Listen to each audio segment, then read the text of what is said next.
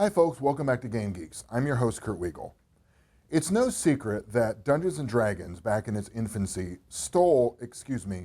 liberated a lot of ideas from Tolkien's work. You can definitely see it in there, which makes sense. There were fantasy epics at the time.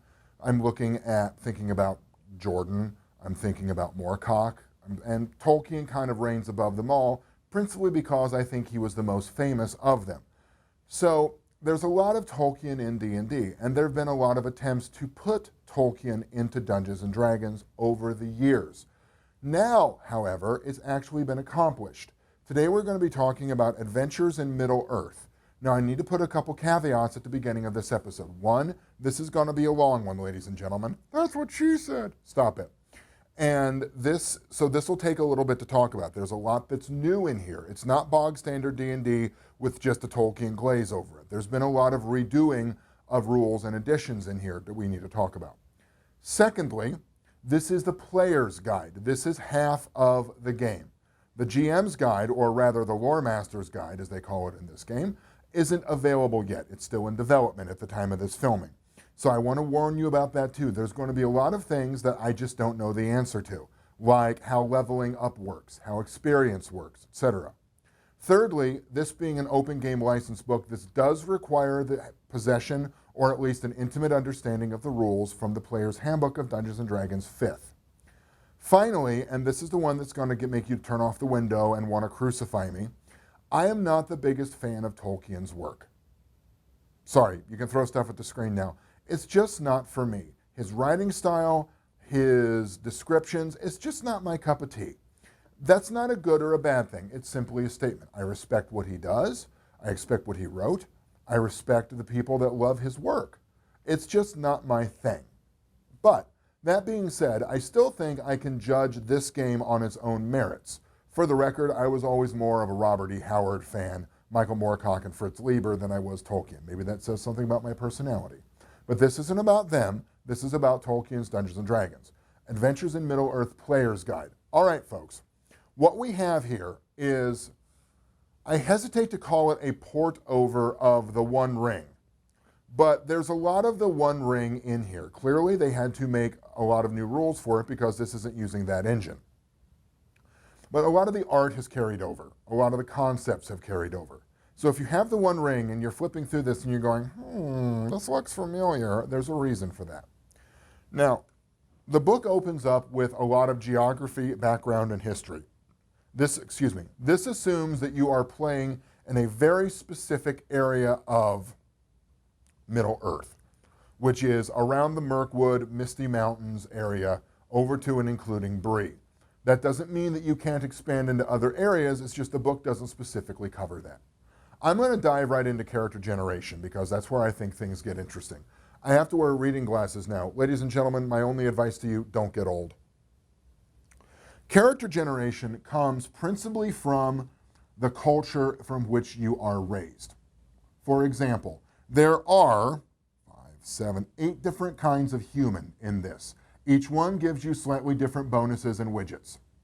Let's go through what those are. They are the Bardings, the Bjornings, the Dunedain, men of Bree, men of the lake, men of Minas Tirith, men of Rohan, and the woodmen of the Wilder Realm. Each one of these gives you some pluses to your attributes. It's not +1 to everything like you have in Dungeons & Dragons 5th, but it's a plus to certain ones. And you also get like a little skill widget or something like, oh, you are proficient in intimidation, or you are proficient in writing. Then also you get a virtue, which is just a feat with a serial number filed off. Now the virtues themselves come in a variety of flavors. There are open virtues that are available to everyone. And then most of the list, however, is made up of cultural virtues that only people of your particular culture or race, if you're a hobbit, dwarf, or elf, can access. So there are Dunedain specific virtues. There are men of Minas Tirith specific virtues, which I think adds a very nice cultural spin on this, and you don't have to worry about, you have a bit more niche protection with your race that way. So you don't have to worry about someone who's completely unrelated to you picking up things that are very specific for your culture. It's now limited that way. Now, the non-humans involved, they get a bit more in terms of attribute bonuses and widgets. They do not start with a virtue. Only humans start with a virtue, which I think is an interesting touch. Now, the options, dwarves, you've got two choices. You're either from Erebor or the Iron Hills. Elves, you're from Mirkwood, period, end of discussion. And the hobbits, it's family ties. You're either a Harfoot, a Stoor, or a Fowlhide. And each one of those, sort of like in D&D 5th, gives you a slightly different little widget, advantage, something. So, your classes are Scholar, the person who knows things, Slayer, the person who kills things intentionally. This is more barbarian than it is warrior. Treasure Hunter, or Burglar, or if you're a D&D player, Thief. Wanderer, who's more of an outdoorsy type. This is a combination of your Ranger and your Scouts. A Warden, who is a leader, not necessarily, it's sort of like a minor end warrior. They're more of a leader. They get the equivalent of bardic inspiration in this game. And Warrior. Now, each one of these is subdivided into 2 or more slightly different subclasses like we see in the normal 5th edition game.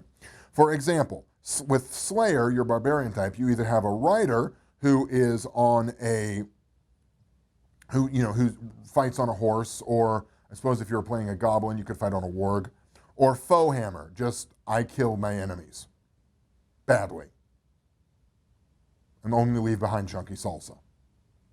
Getting down into the Warden, you've got a couple of options. You've got the Counselor and the Herald. The Wanderer, you're either a hunter of beasts or a hunter of the things of shadow. So those are your classes. One thing that I could not find in this book, now I may have been blind, I went through it pretty thoroughly, but occasionally even I miss things. One thing I could not find is how leveling works.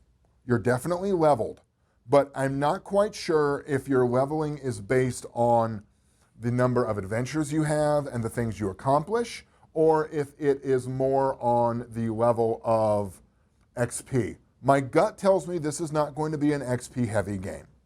I think this is going to be on things you accomplish rather than the number of things that you manage to kill. All right. There's a standard of living that goes with each of the cultures.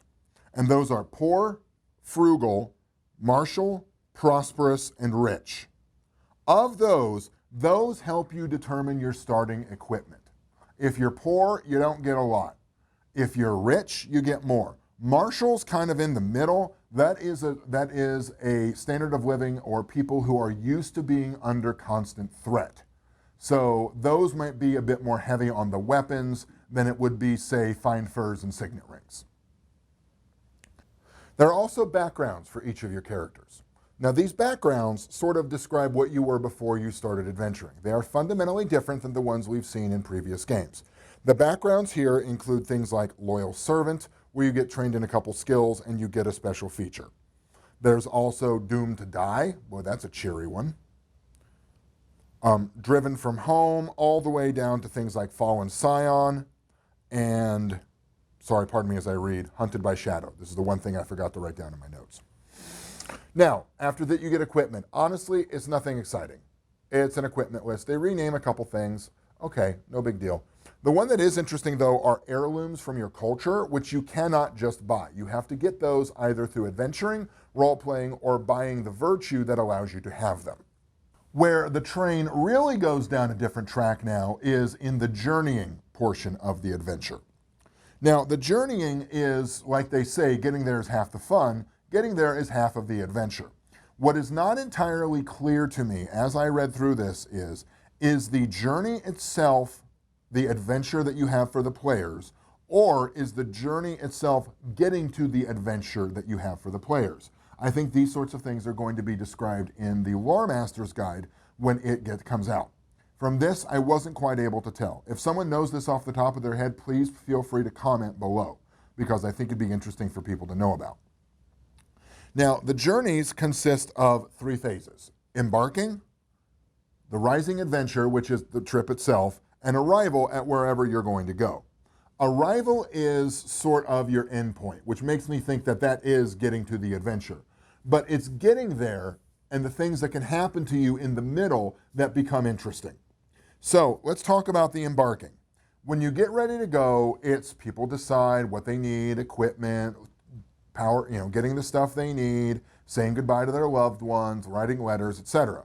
But it's not just that. It is also deciding who has what role in the adventure itself. The tasks for the journey. The tasks for the journey are the guide, who's sort of the one that takes you through the wilderness. Wisdom and survival are their principal abilities they need. The scout, who's your stealth and investigative type. Hunter, who finds your food. And finally, the lookout, which is exactly what it says on the tin. Now, each character has to have one of those roles. Characters can double up on some of the roles. You may have a couple of scouts, or you may have a couple of lookouts for your adventure. I think it depends on how big the party is and what the character makeup is in the party. The GM gives this a peril rating based on the severity of the environment through which you are traveling. For example, easy, open roads, very well mapped, everyone knows what it is. Severe is desolate, nasty swamps and high mountains. Finally, daunting, which is the worst one. That's areas that are strictly controlled or mostly controlled by shadow. These include Mordor, Angmar, and Southern Mirkwood. Each one of these has a rating. Easy is 1, severe is 4, daunting is 5. If you're traveling in winter, which is usually a bad idea, you add 1 to the peril rating. Now, determine what the events are that you run into on this. You roll a d12 and consult a table. Kind of what this game is about in places.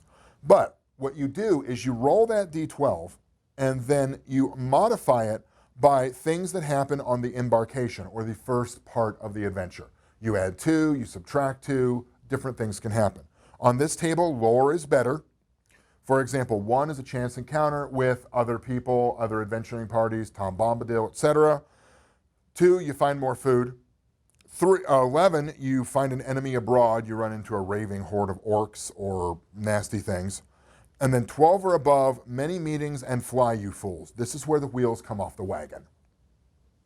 All right, after this, arrival. Once you get there, you determine your mood and demeanor from this. You roll a d8, and you modify it by previous numbers. For example, if the journey was easy or easy terrain, then it's a +1. If it was daunting, you subtract 2. 1 or less, you are weary to the bones. You have to make a wisdom save of the 12 plus the peril rating, or you gain a point of shadow. If it's 8 or above, you're inspired. You remove shadow points and everything is wonderful. To me, this sounds like this is what happens when you're getting to the adventure. It's probably about half an hour of setting up, describing the encounters, a little bit of role play, making DC checks, and then you get to where you're going to go, and the result of it is there. Let's talk about shadow or taint here. The shadow here is the influence of the Dark One on you. The influence that Sauron has on you. Everyone has a susceptibility to shadow. You pick it at your character generation. Now that susceptibility is something you're particularly vulnerable to if you start gaining shadow points. You gain a shadow points through a variety of methods. By either seeing distressing events, it's anguish, you're captured by the Nazgul, or you're interrogated by the Eye. Tainted terrain, that is if you're going through, say, Southern Mirkwood or Mordor, you pick up some shadow points. Evil or despicable acts, these are what happens if you don't behave yourself. And finally, if you acquire and claim a tainted item. Your Palantir, something like that. Now, you have some buffer on shadow points. You can get shadow points up to your wisdom, and there's no mechanical effect. Role-playing wise, I think that should be in there, but there's no mechanical effect for it. After that, things start to go off the wheels. Once you get that point, you're in what they call miserable. You have a disadvantage on the first attack roll in every combat, and you automatically fail charisma checks. There's another disadvantage here. Bouts of madness, which are your particular insanities. These come about through, if you take your shadow score, it has to be higher than your wisdom, and you subtract your wisdom from it, then if you ever have that roll modified on your D20 check, then you go into a bout of wisdom. For example, if you have a wisdom of 10 and you have a shadow points of, say, 16, then on a 1 to a 7 on the d20 roll, you have a bout of madness. Now, the bouts of madness are everything from dragon sickness, where you won't let go of the gold, to fits of fury. One thing you can get at the end of your adventure is audiences, because let's face it, Tolkien loved to have his characters talk to important people. Once you get on that audience, there are some racial feelings toward each other issues. They're either favored, friendly, neutral, mistrust, or unknown. That sort of modifies, and that can help you understand the nature of the conversation you're going to have. For example, and I'm thinking of the Hobbit movies, because I apologize, I haven't read The Hobbit since I was 8. In the Hobbit movies, the dwarves mouth off to Thranduil and then they end up in jail. Obviously, that didn't go so well. Finally, there's the fellowship phase, which is after your journey. It's assuming that you have one adventure a year, and then you take some time off. Now, that time off is the fellowship phase. It goes from a week or two to a season. So, you find someplace that you can stop and rest. This is taking downtime for a while. This would be the equivalent of going back to your town and resting and getting healed up. In this time, you can relieve exhaustion levels. You can gain hit dice back so you can roll for more hit points. Interestingly, it doesn't seem like there's a mechanic to do that in the middle of the adventure. You have to wait till you're at a rest point. Now, the rest point can either be at the end of a campaign, or it can be at the end of an individual adventure. I'm going to go with the Lord of the Rings here for the first Lord of the Rings movie. It starts out, we start with Frodo and Sam. They start out in the Shire. Their first rest spot is probably Bree. The second one is probably in Rivendell. After that, it goes to, I don't know where in the hell Galadriel lived. Sorry, it goes wherever Galadriel hangs out. Told you I'm not a big Tolkien reader. So, those are sort of your rest spots as I can understand them. And those places, you're relaxing, you're taking time. You also have some more options.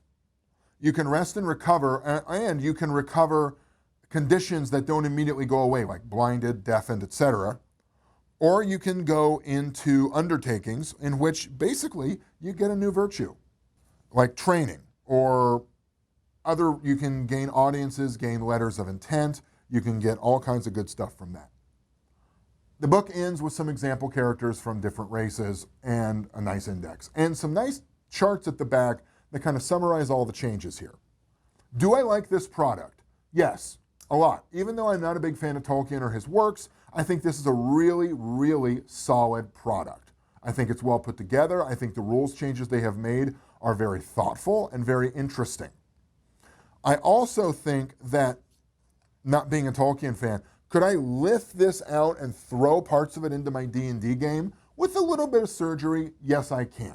I think it would work rather well for that. If you are a Tolkien purist and you want to play D&D in Tolkien's world, this is the game for you. If you are a casual Tolkien fan, then it's probably in your benefit to at least try this, read through it, or play it a couple times before you make the decision to buy it. If you're not a Tolkien fan like me, but you can find ways to use bits of it, then by all means, I think this is a great product to just pull stuff out of and use. We'll do another review of the Lore Master's Guide or the GM's Guide when it comes out. Until then, for Game Geeks, I'm your host, Kurt Wiegel. Good day and good gaming.